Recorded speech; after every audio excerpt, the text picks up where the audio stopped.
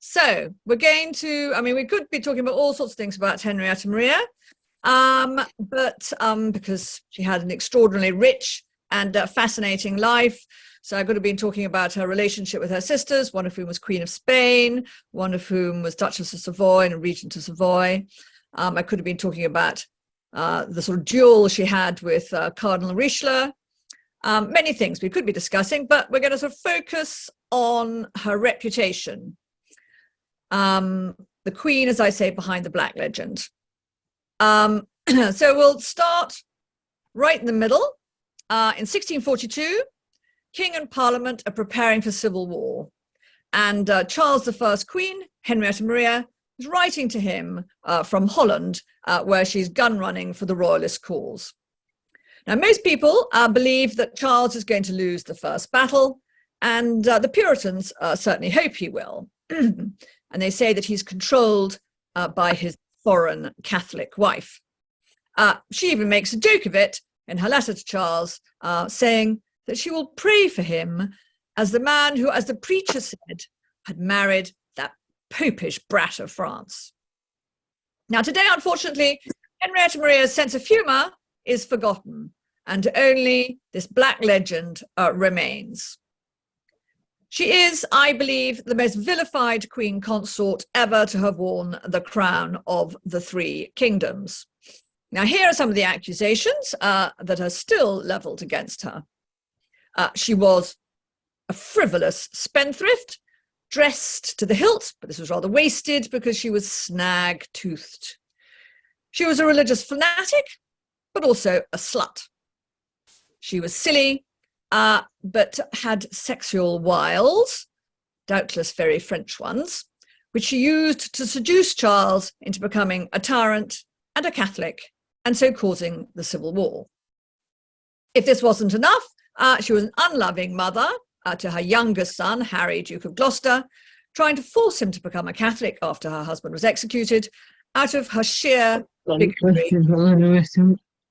And when her eldest son, Charles II, was restored to the throne, she couldn't be happy for him. She was just a miserable hag, bitter and thwarted. Now, these themes are supported by selective quotation. You hear half the story, the other half having disappeared up the fundament of our own prejudices. Now, we can't help but be shaped by our history and culture. On one level, Henrietta Maria's story is that of the biblical Eve, who seduces Adam in the Garden of Eden, and so brings evil into paradise. But it isn't just the biblical myths that underpin her Black Legend. Her attitude is also linked to our post-Reformation Protestant heritage. There is a treasured national myth that Protestantism paved the road to democracy. Having internalized this myth, it is easy to accept contemporary propaganda that Henrietta Maria encouraged or was responsible for Charles's authoritarianism. So let's now look at the life in contrast to the legend and prepare for some surprises. So, who was she?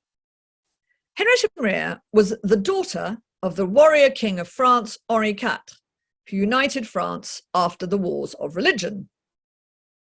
A Protestant who converted to Catholicism, the apocryphal words were that he thought Paris was worth a mass, the majority of Parisians being Catholic. After this, he introduced the so-called Edicts of Nantes that permitted both Protestants and Catholics to practice their faith in France. By the time his youngest child, Henrietta Maria, was born, Henri was busy building on this success at home by trying to make his dynasty, the Bourbon, the greatest power in Europe.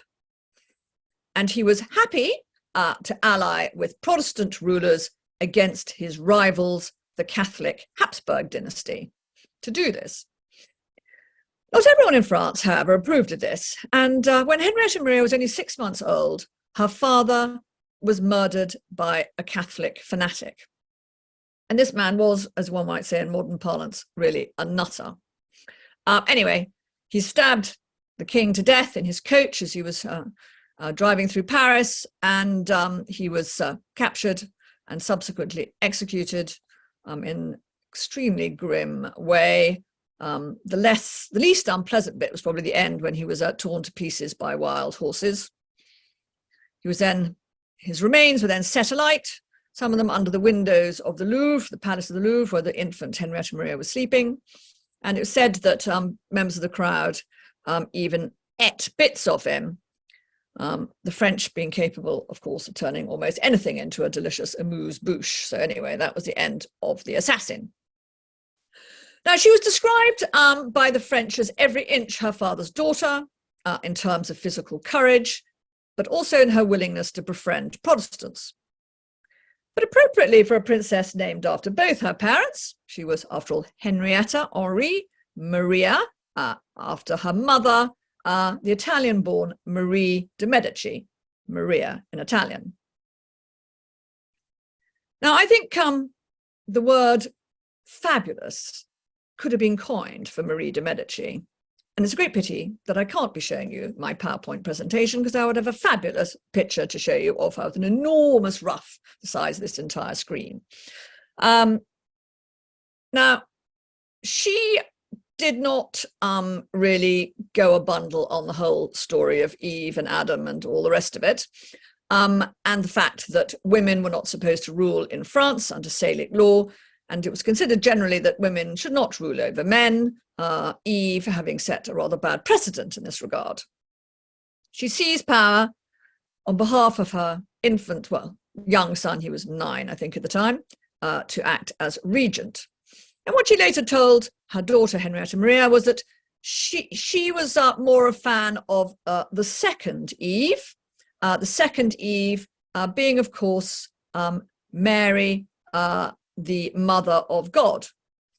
And what she said was that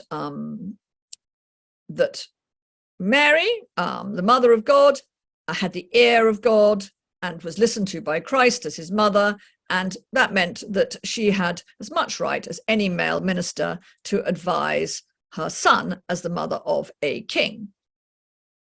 The Virgin Mary, of course, is Queen of Heaven.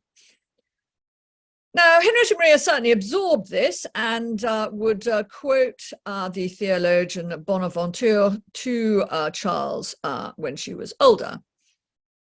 But when she arrived in England as the wife of Charles I, she wasn't, expecting to rule the place. She was only 15. She wouldn't have children for several years. It's unlikely she was even adolescent. She was a child. She was young for her age.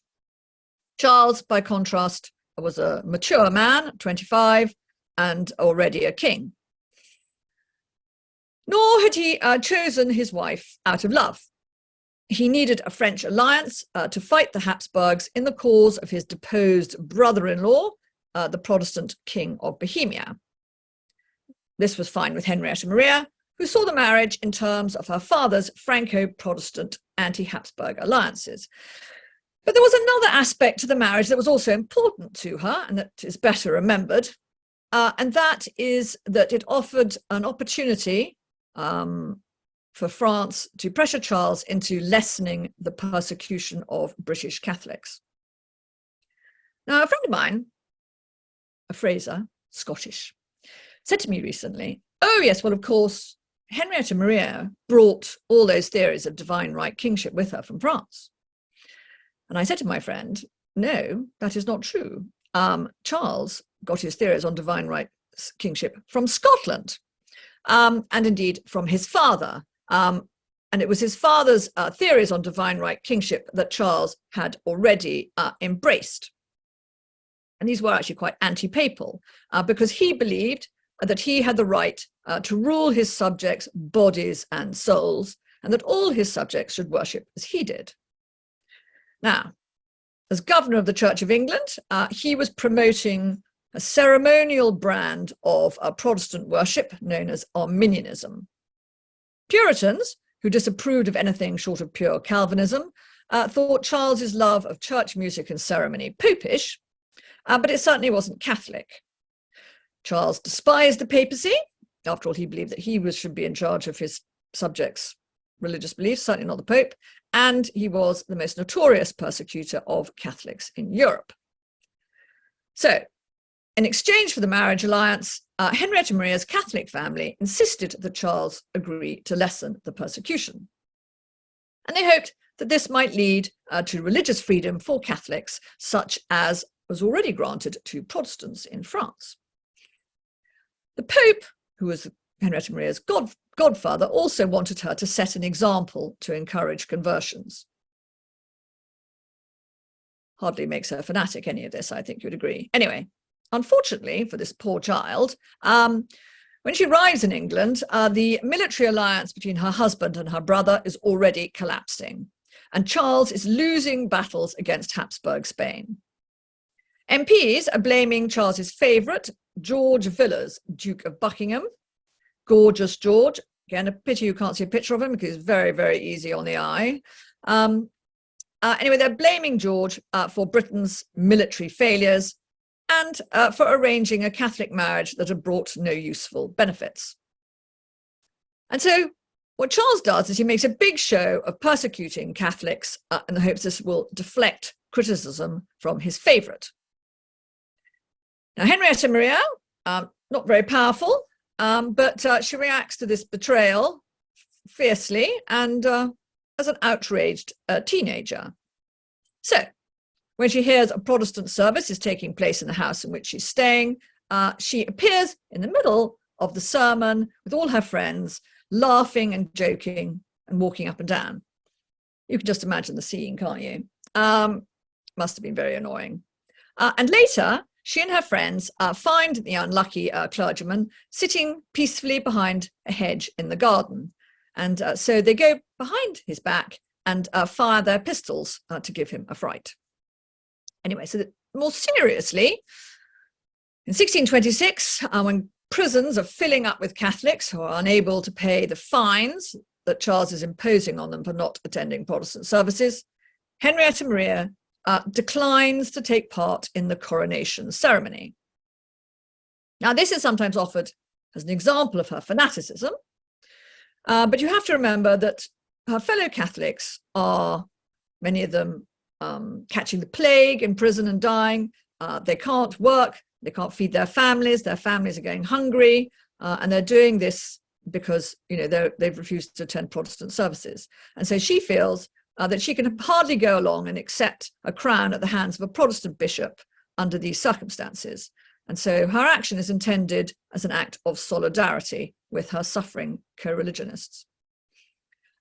Nor can she be blamed for Charles's increasingly poor relationship with his parliaments in the 1620s. His quarrels with his MPs at this time are rooted in their hatred of his favourite, the Duke of Buckingham, who she also detests. He's always saying to her things like, oh, you know, we cut off the heads of annoying queens in this country. So anyway, they don't get on very well. Their MP's dislike of Charles's Church of England reforms, in which as a Catholic she has no interest, and his raising money without parliamentary approval. Now, this is very serious because the chief use that a parliament had for a king was that there's a very effective tax-raising body. If the king finds a way of raising large sums of money without parliament, then parliament can become redundant. And the reason Charles is doing this is really because MPs are saying, we're not going to give you any money until you sack Buckingham, and he won't sack Buckingham, so he's looking for money elsewhere. Now, the most controversial means he uses to raise money at this time were forced loans, which he was using to fund a war with France. So yes, he's at war with Spain, one great power. He's now at war with France, the other great power. England, Britain is not a great power. This is a middle-ranking power, so probably not the cleverest thing in the world to take on the two great powers at once. As you might imagine, Henrietta Maria has tried to prevent this war with her brother, and it ends unsuccessfully, and it ends in military failure for Britain in 1628, as well as the assassination of the hated Buckingham by a veteran of the campaign, the French campaign. Nevertheless, when Charles dismisses Parliament in 1629 and launches what proves to be 11 years of personal rule, later described by some as the 11 years tyranny, Henrietta Maria was accused of having used those infamous sexual wiles to turn her husband against his MPs. I mean, there are literary descriptions of them, in bed together, and he's saying, oh, I'm very happy with my Parliament, and she sort of seduces him and turns him against them. Why do they do this? Well, Buckingham dead, and so not around to take any blame. Henrietta Maria, the popish brat of France, is a very convenient scapegoat. Now, as we'll see, the truth is very different. But first of all, I want to point something out. I think that if we look back on our lives, be they short or relatively long in my case, we can see that, we have, some parts of our character we've had ever since, we were tiny. We can remember, obviously we remember being 5 years old, but we're not the same at 5 as we are at 15. And, we may change again at 25, 35, 45, obviously. And Henrietta Maria is no different. And we see a rather different Henrietta Maria in each of the decades of her life. And so the 1620s, you have a very occasionally stroppy teenager, very angry teenager, quarreling with her husband with good reason, sometimes, to be honest, and quite petulant, but sparky. And then in the 1630s, you have the mature queen. She and Charles have fallen deeply in love. She produces children. And anyway, I'll go on. She's quite a remarkable figure. Now, first of all, I was going to say that the truth is very different from her being, this person who's tried to destroy Charles's relationship with Parliament.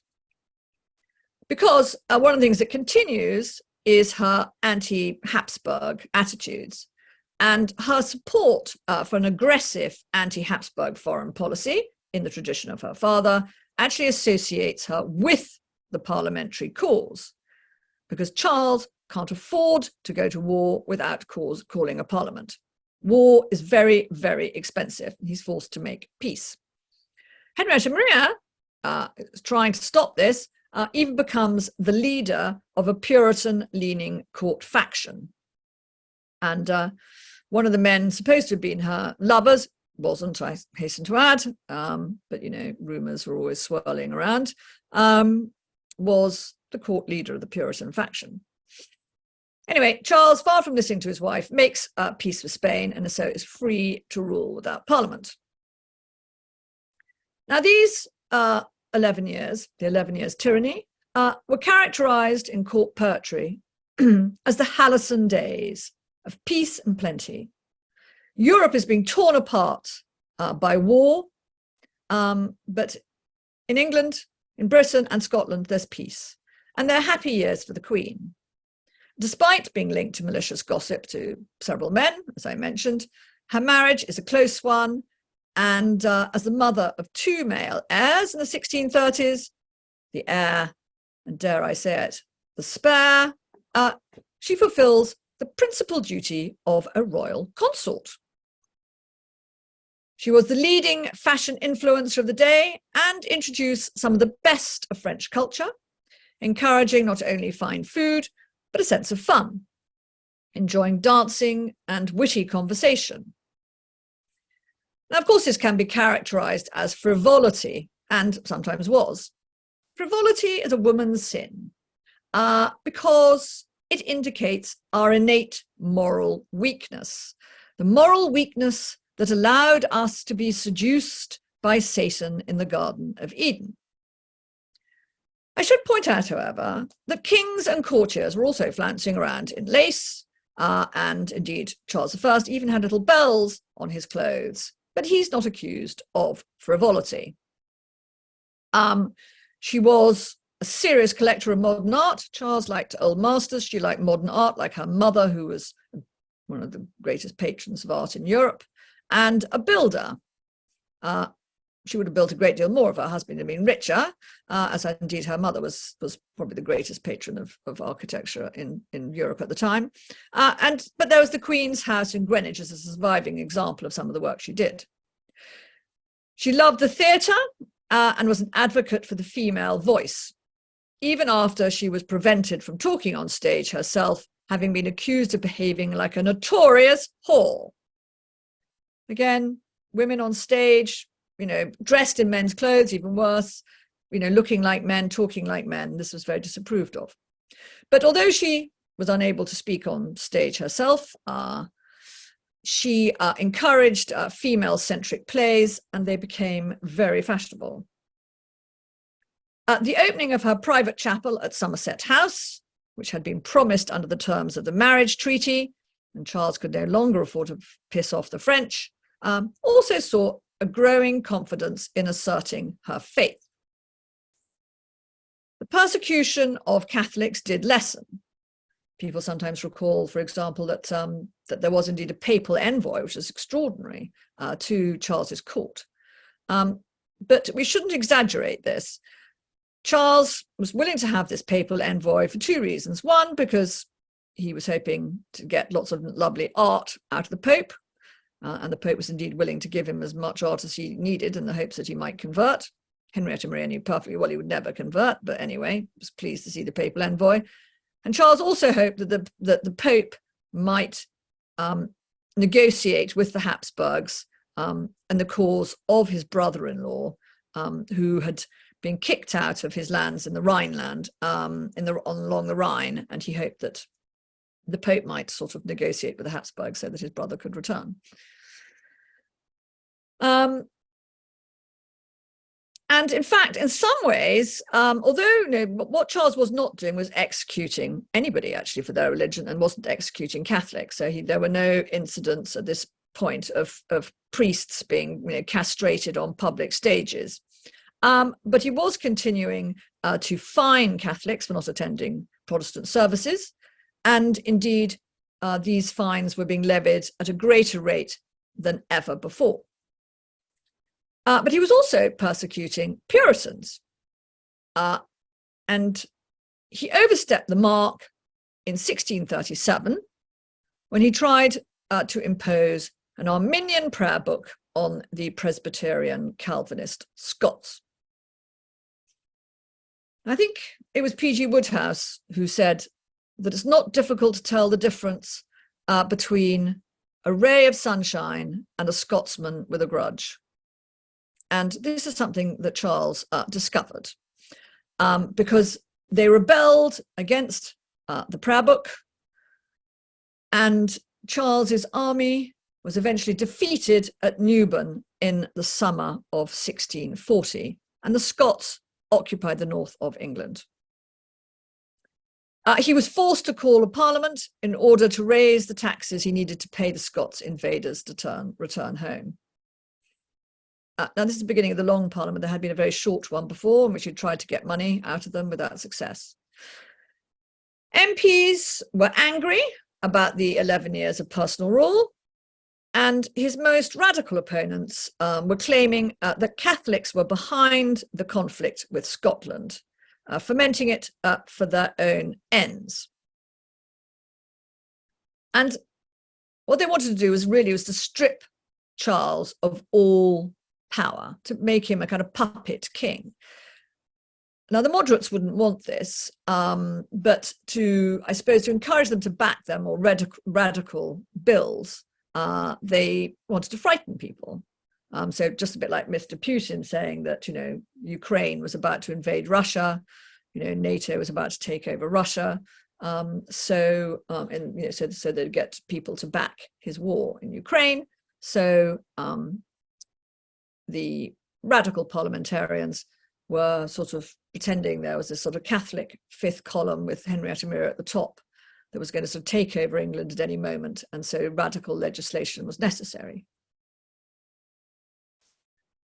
Now, like I said, we see a different Henrietta Maria in every decade, really, and we see another one now.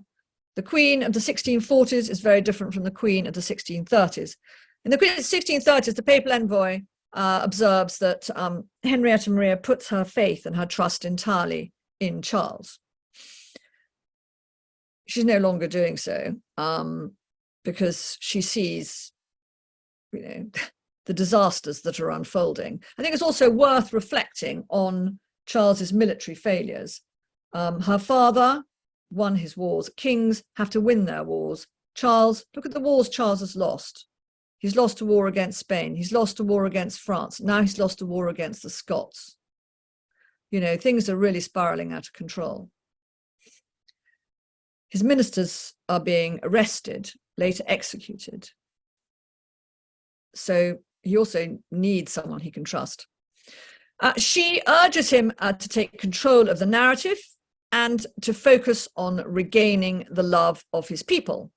And to do this, amongst other things, she tells him he should give up powers before they are taken from him. But he either would not or could not show the necessary flexibility, nor does Charles prove able to match the ruthlessness of opponents who arrested and later executed his leading servants. In 1642, his botched attempt to arrest 5 MPs for treason lead to him fleeing London. He's lost his capital, and the parliamentary cause now has most of the men, money, and arms. But Henrietta Maria is not going to abandon him. She is going to try and save his bacon. The first thing she does is she goes to Holland to raise money and arms for the coming conflict. Now, she arrives in The Hague in a state of trauma. She's faced death threats. All her children have been left in England. She doesn't know if she's going to see them or her husband again. She hasn't slept for months, has been taking opiates to help her sleep, and she's been complaining that she's losing teeth. Now, you may remember the very, very beginning, I said that she was supposed to have dressed beautifully but had snag teeth. And this all comes from an oft-quoted description of her teeth resembling guns protruding from a fort that was given by one of Charles's young nieces when she greeted Henrietta Maria on the shore. Now, this girl was 13 years old. And I think it's safe to say that 13-year-olds aren't necessarily the kindest viewers of sort of traumatized older women. Henrietta Maria was in her 30s at this stage. And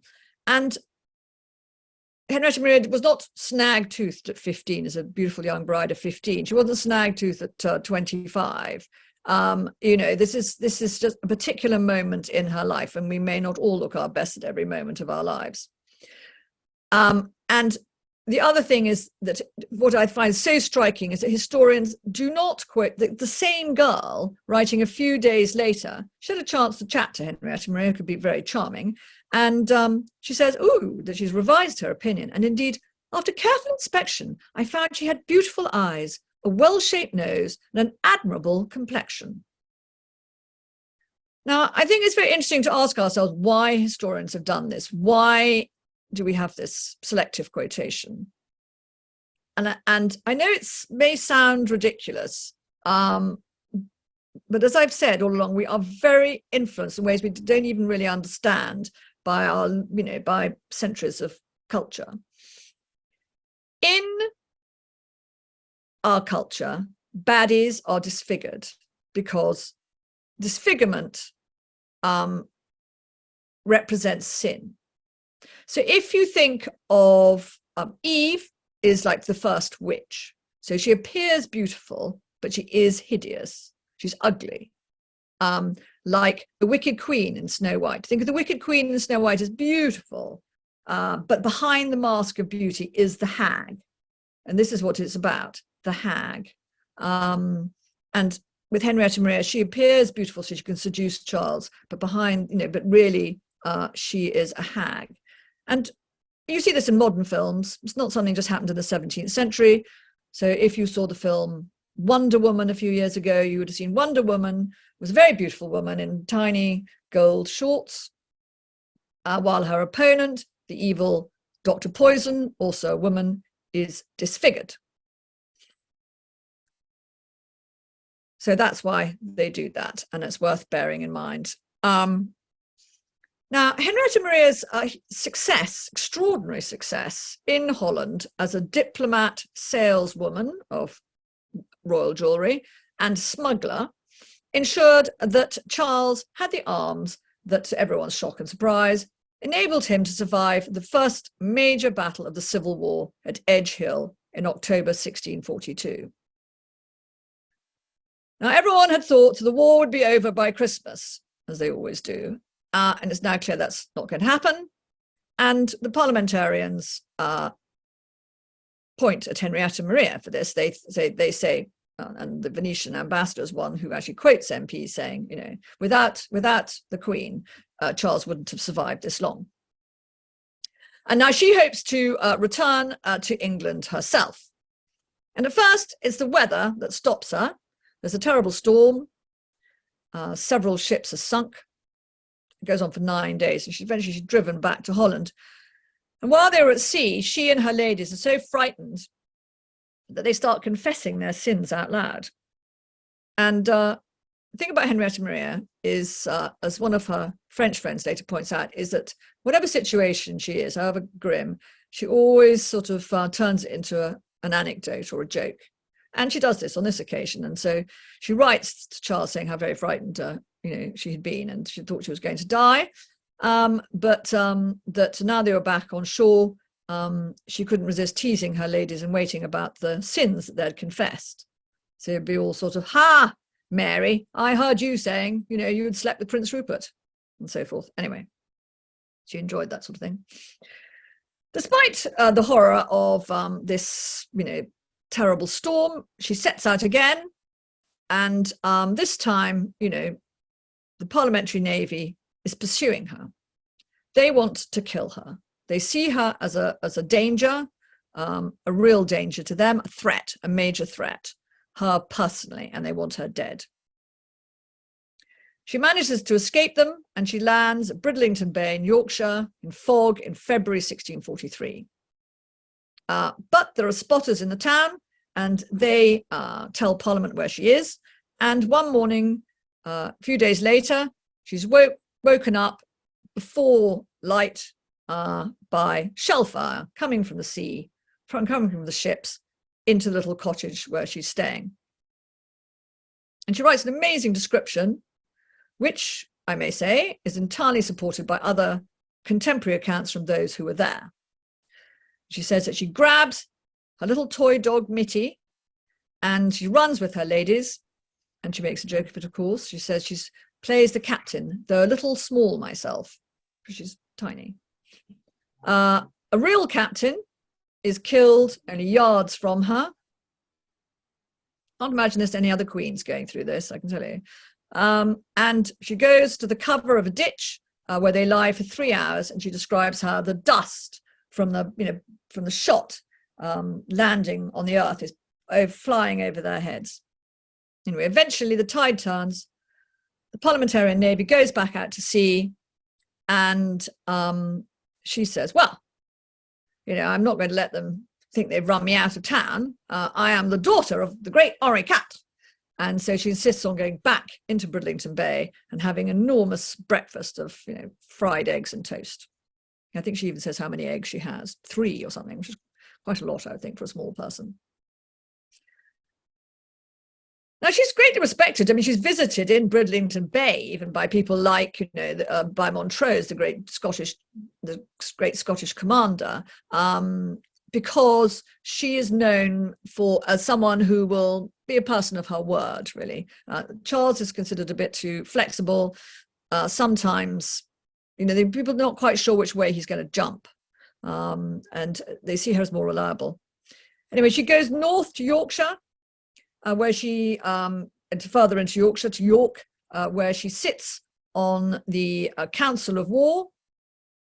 Her armies are very successful, several major victories, and she manages also to negotiate with one of the top 3 parliamentarian commanders of the North, who defects to the Royalists.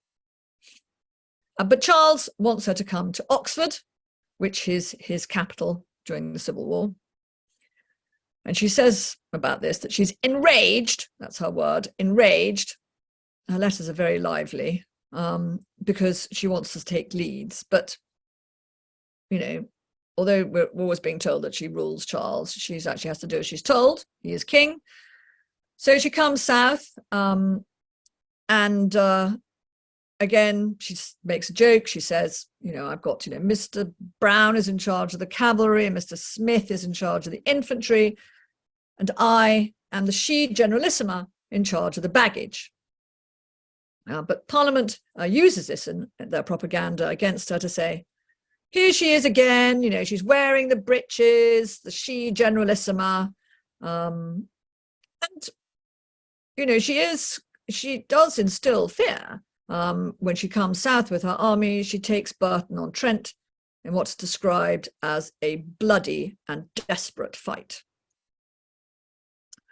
Anyway, she arrives in Oxford and comes very close that summer to helping Charles win the Civil War. And she knows that it's very important that he does win it quickly, because the Scots at the moment, he's made peace with the Scots after their rebellion, and it's a different country from England. He's King of Scots and of England, but these are two different countries. There's no United Kingdom at this stage. There's no Great Britain. And the Scots are sitting on the sidelines, but they're worried, you know, if Parliament loses, that Charles will then turn his armies on them, because they have abolished episcopacy, that is church government by bishops in Scotland, which is something Charles firmly believes in. So Charles needs to win the war quickly before the Scots join it. And she says to Charles, look, London is rioting, anti-war riots in London. Her old Puritan court friend, you may remember I mentioned earlier, is amongst those who are defecting from the parliamentary cause. Now is the time, she says, to strike and retake London. But Charles refuses to do so, and an opportunity is missed. And it's one that Henrietta Maria returns to again and again in the years ahead as, in her view, the turning point of the war. And indeed, it's even brought up in her funeral oration. Because in January 1644, the Scots do join the war, and a tipping point is reached, with the numbers now firmly against the king. Henrietta Maria has to abandon a tiny baby, newborn baby, named after her, another little Henrietta, who she describes literally as a sort of mini-me. She has to abandon her baby in Exeter and leaves for France. She hopes that she might be able to persuade her powerful Bourbon family to maybe join the Civil War on Charles's side, or at the very least, she can raise more money, men, arms for Charles. When she arrives, she's gravely ill, much iller than she was when she arrived in Holland. She has TB now, probably. Although, naturally, she makes a joke of it. I mean, most people think she's dead. I mean, she's actually reported as dead, and people think she's dying. So it's really very, very serious. Anyway, she writes a letter, and she says, you know, and I said to my doctor, doctor, you know, I think I'm losing my mind. You know, and he turned to me and he said, don't worry, madam, you're already completely insane. Anyway. Luckily, she wasn't completely insane, and she makes her way to Paris, and she spends the next few years giving Charles all the support she can until his final defeat in 1648. And again, we're seeing another military failure. And I do think that this is something that's really underestimated in Charles's story. People will, you know, what are the causes of the Civil War? You know, sort of, I'm sure it's a sort of GCSE or A-level question. What are the causes of the Civil War? What paves the way to the scaffold? And there are lots of answers to that, many of which are brought up, you know, regularly. Charles's authoritarianism, you know, the religious questions. But what is, I don't think, often mentioned are these, you know, him losing his battles, losing his wars. And it's not that he was a complete disastrous military commander, actually, during the Civil War. He was sometimes quite remarkable and inspired great loyalty. But the fact is, he did lose again and again and again and again. And now, in 1649, he is on the scaffold. And what does he do?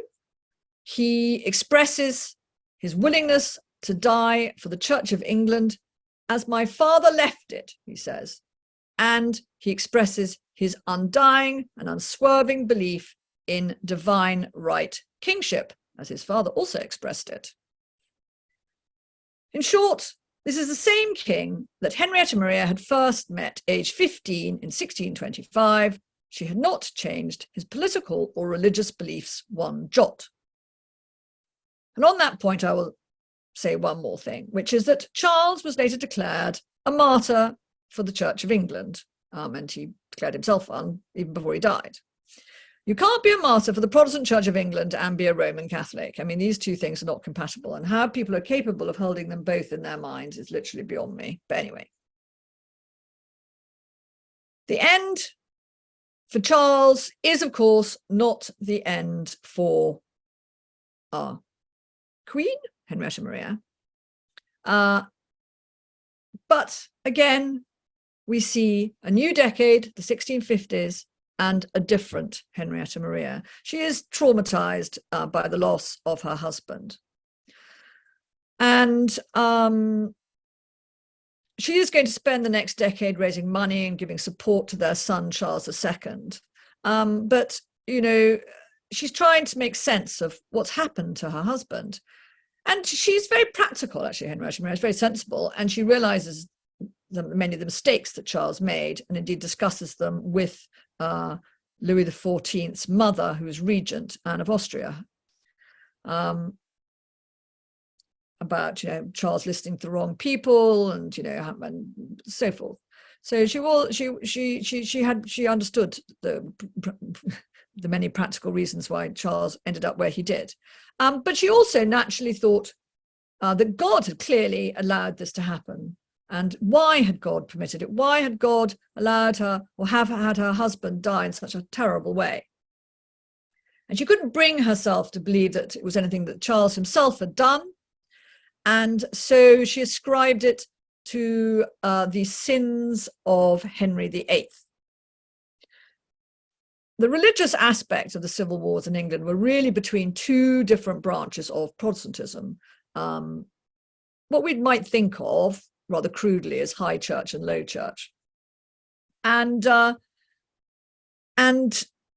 so for her, that all stemmed from Henry VIII's break with Rome, and she did become much more reluctant to have, you know, she felt much more angry, not towards individual Protestants, but certainly towards Protestantism. And it's notable that at this time, several of her ladies in waiting convert, although her great friend Henry German, sometimes described as her husband and lover, both rubbish, it's absolute rubbish, but anyway, that's how close they were, never converted from Protestantism, so that's a point worth making. But we're going to come now to the issue of her youngest son, Harry. Now, success for the Stuart cause for a long time seemed a very distant dream. I mean, they were at rock bottom and they were poor, powerless, and her infamous attempts to convert her youngest son, Harry, to Catholicism have to be seen in this context.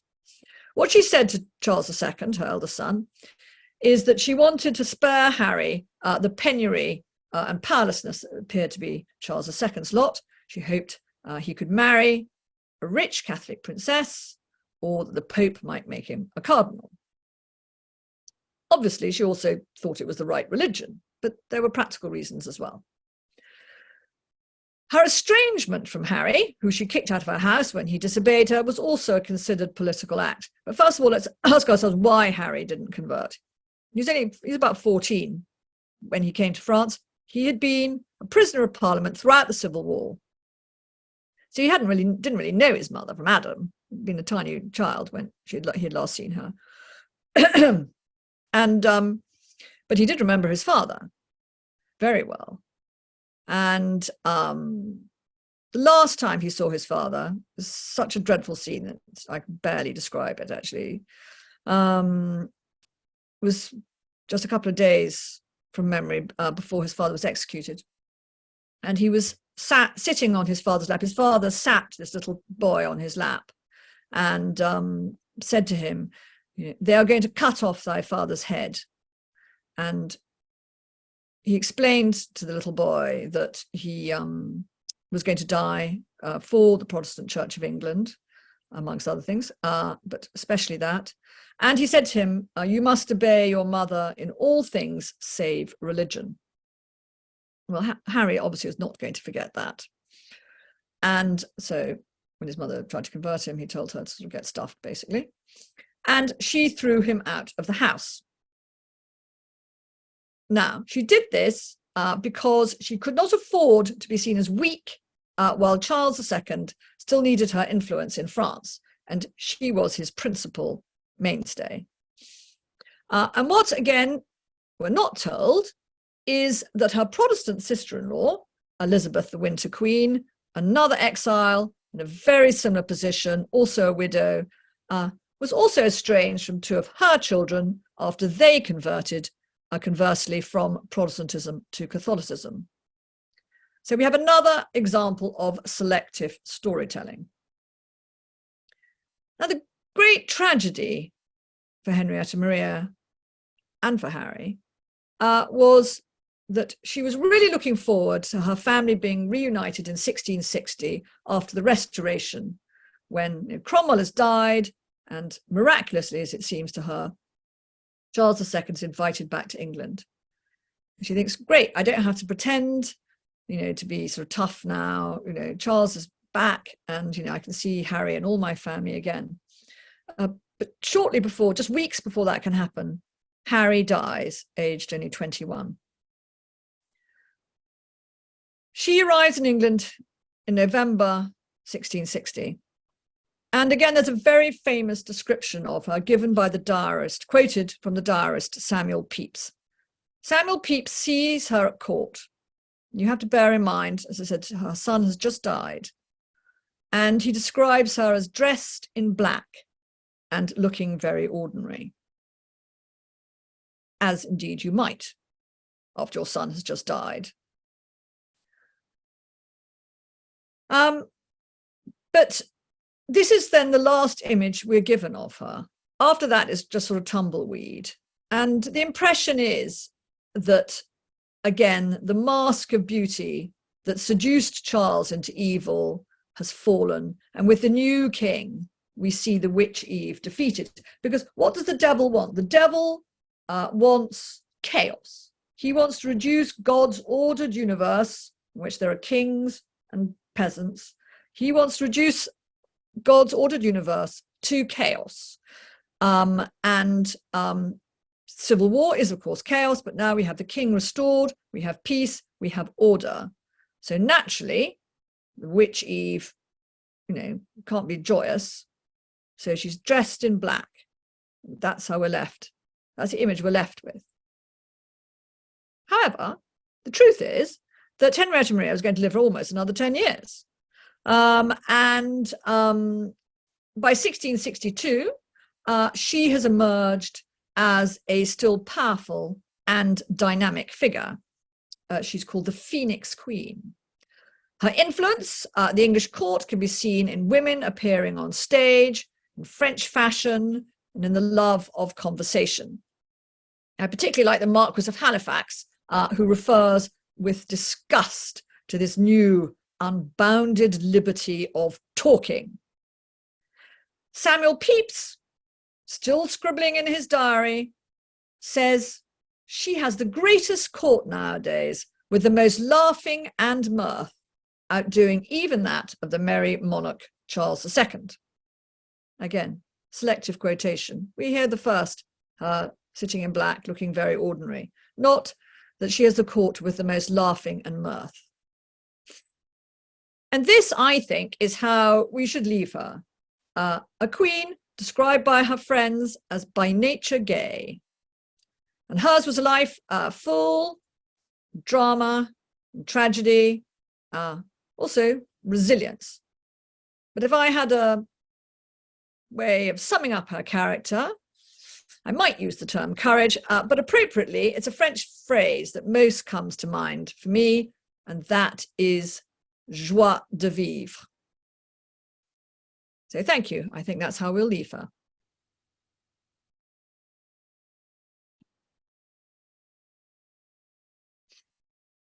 Well, thank you very much to Leanda. That was a very interesting talk. I've certainly learned a lot this evening. There's a lot I didn't know about Henrietta Maria. If anybody has any questions, if you'd like to put them into the chat box, we could put them to Leanda now. Just take a moment to see if you'd like to write any questions in the box there. What I thought was particularly interesting was the sort of the struggles really between the Catholics on the one hand and Puritans on the other, and how she sort of was involved in that, and how she was kind of embroiled in it, and the struggle against Charles.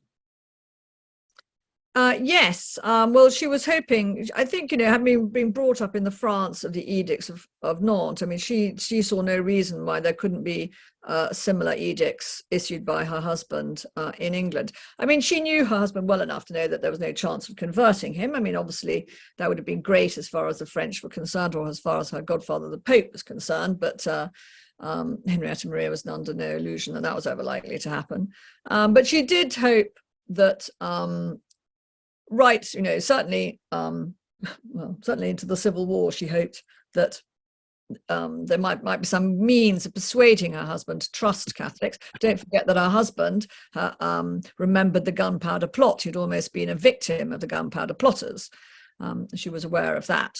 And so actually, when it came to the war with Scotland, for example, she went, and this was actually a massive mistake on her part, and tried to raise money from the Catholic community to help fund the king's army, to show him how loyal Catholics were.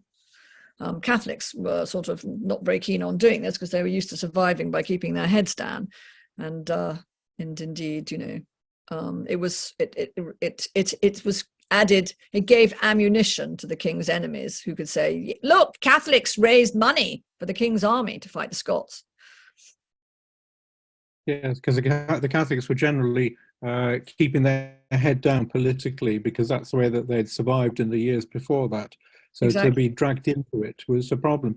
Of course, some and again, they started being executed again. Of course, as soon as Parliament became powerful, the executions began before the Civil War, and in when did they begin? 1640, 1641.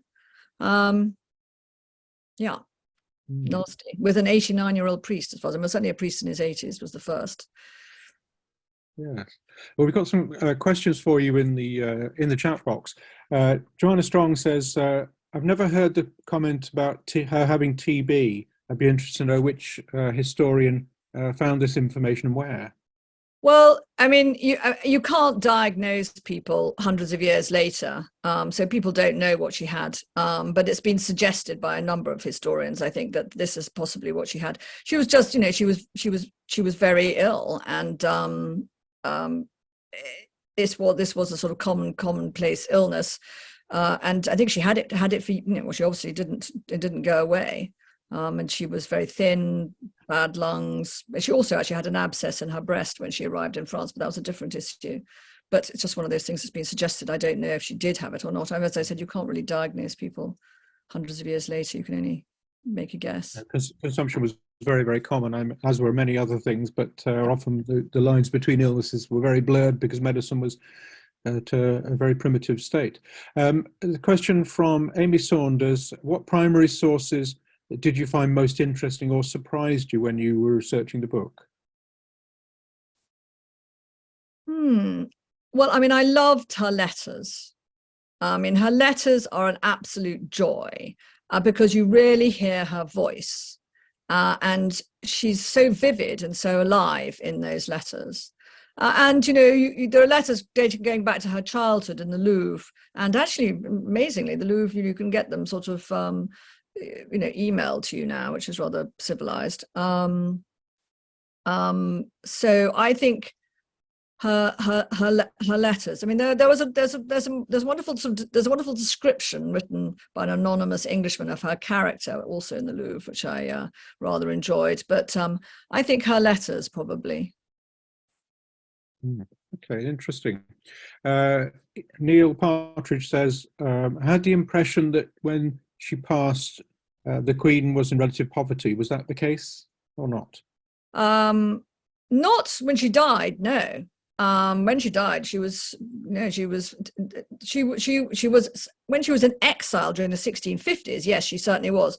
I'll come back to that, but no, in the 1660s she was rich, and when she died in France, and as the much honoured aunt of Louis XIV, and she had plenty of money, not only from Charles II, but was also looked after very well by Louis XIV.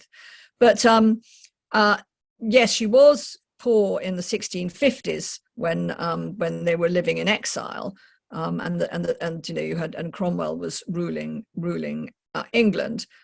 But she managed to use this rather brilliantly, because clothes were a means of projecting power and protecting a number of things, of course, as indeed they are now, and which is why kings and queens dressed, in the most wonderful clothes as an expression of their magnificence. Now, obviously, she couldn't do this in the 1650s because she didn't have two beans to rub together.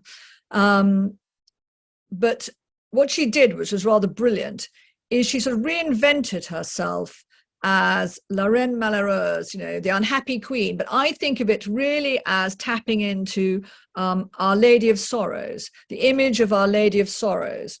And I would think of her during these years when she's dressed very simply in black, wearing very little jewelry, because she's having to sell most of her jewelry, not as Queen Victoria, the rather miserable Queen Victoria after the death of Prince Albert, and when she became rather unpopular, but more like Diana, Princess of Wales, after her divorce. Because I think that, as Catholics know, Our Lady as Queen of Sorrows is a very sort of powerful icon, a very powerful image. Anyone who has suffered in their lives can feel, tremendous empathy and sympathy with Our Lady of Sorrows, and I think that she used similar imagery and iconography and an idea with herself as this sort of tragic queen, and also to embarrass her French relations, of course, who weren't being very helpful at one point, made an alliance with Cromwell to her absolute horror. So she wants to sort of say, look at me, feel ashamed. I'm a queen, and I'm a queen of sorrows. I am the Queen of Sorrows. This is what you're doing to me. You should be helping me. It's your religious duty to help me. That's what she was saying. But anyway, so that was when she was poor, but when she died, no, she wasn't poor. She had a magnificent funeral. Yes, of course. Did the Queen have good command of English? William King has asked. Not at first. When she arrived in England, she was surrounded by French servants and spoke French only and behaved in a very French manner. And one of the ways she behaved in a very French manner was that the French were actually much less pompous than the English court, I suppose. And as I said, she loved amusing conversation and fun, and she would play with her friends. And whereas Charles had reintroduced the very strict kind of court habits of the Elizabethan era, and so that was very disapproved of. But anyway, he kicked all her French servants out of the country in 1626. Not all of them, but the vast majority. And she woke up rather sourly to the fact that she had to get on with everyone there in England, and she learnt English, and yes, no, she spoke English perfectly, and she spoke English well, referred to herself as English, we English, And the French were amazed, after her husband was executed in the 1650s, how she would never say anything against England or the English, and would always say that what had happened had been the result of, them being led astray and some terrible convulsion. Interesting. I found it fascinating going to Greenwich recently in the Queen's house and seeing a small room which apparently was her chapel at the time, where a priest was allowed to come and go sort of down some staircase or other without being noticed. And presumably at Somerset House there was something similar as well, where there was sort of entrance for the priest to sort of surreptitiously slip away or something of that sort. There was nothing surreptitious about her chapel at Somerset House. It was no, it was very much, it had a Rubens in the chapel. She had these incredible Baroque masses put on, which slightly to Charles's distress, would attract a lot of attention. English people weren't supposed to go, of course. They weren't supposed to go to a Catholic service because the fear was that if they did, they would convert. And one of the reasons why Charles wanted a more ceremonial brand of Protestantism was that he felt that the Church of England needed to compete with the amazing Baroque Mass, which was having a great effect in Europe and gaining conversions. And when you read these descriptions of, those sort of candles and the drama, it's like the kind of 40 hours service at the Brompton Oratory today. I mean, I think they were absolutely incredible, an incredible theatrical and spiritual experience. So there was no priest being tucked away, I can tell you, not with Henrietta Maria. No, I suppose that probably is one of the things that was her undoing, though. Among yes, quite, certainly. Kind of flaunting it in their face. And exactly, absolutely. Absolutely hated it. No, absolutely. It did not make her friends everywhere by any manner of means. Absolutely, she was seen as a threat, of course. Yes, I can imagine how that must have been, really. I thought the story about Bridlington was fascinating. I'd never heard that before, about her sort of being attacked from the sea by a ship and having to sort of take cover for some time. That's a fascinating sort of... Yes, I mean, she was again. I mean, they tried to kill her again when she fled to France. I mean, again, her ship was fired on, and she said to the captain of her ship, though she was more than one ship, but the ship that was carrying her, saying that if they were boarded, he had to scuttle the ship because she was terrified of being captured, and then that Charles would be blackmailed. That was her great fear always. Yes, I suppose her in the 1640s, she was very conscious of protecting her children, her family as well. I expect that was upmost in her mind, especially the execution in 1649. So there must have been the will to protect her family. Her sons must have been enormous. What did Henry? Was it Henry her son die of?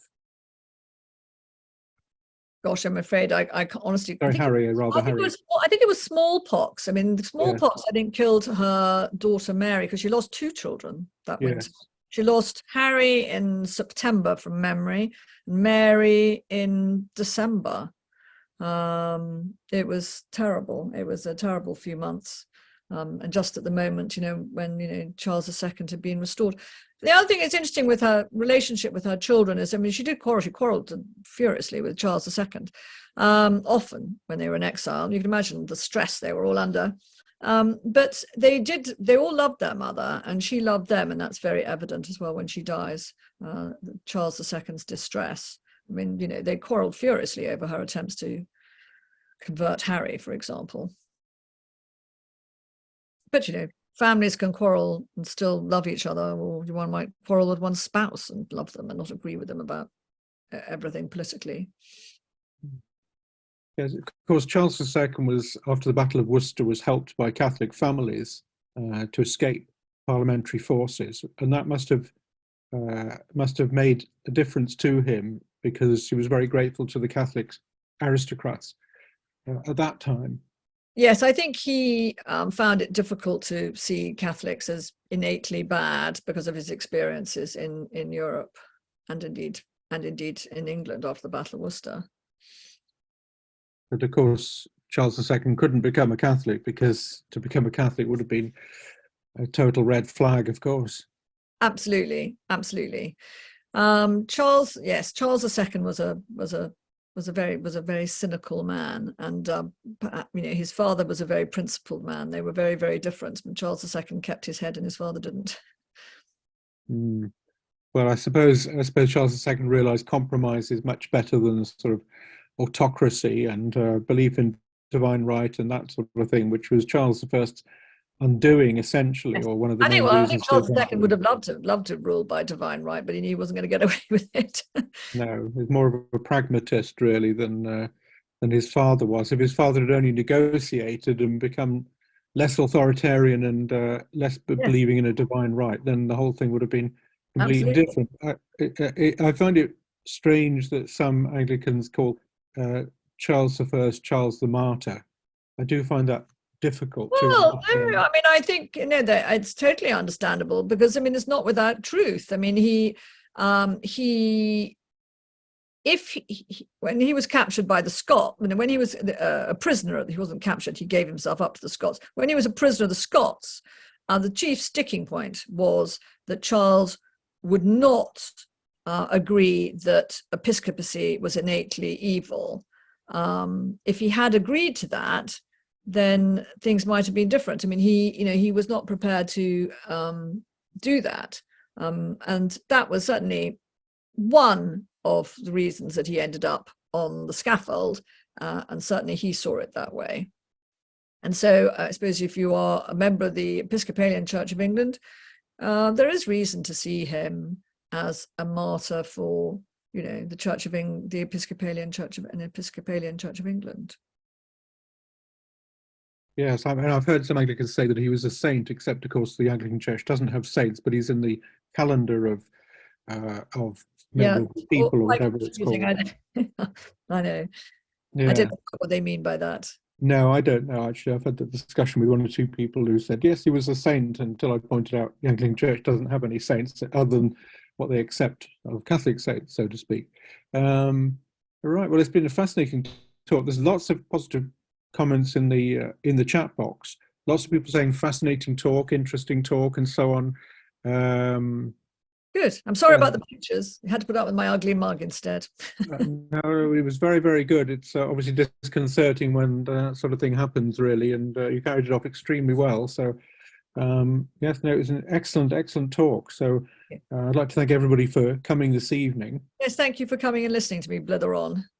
Yes, no, it was wonderful. It was a wonderful talk. So, thank you again, Leanda, for your excellent. Good night.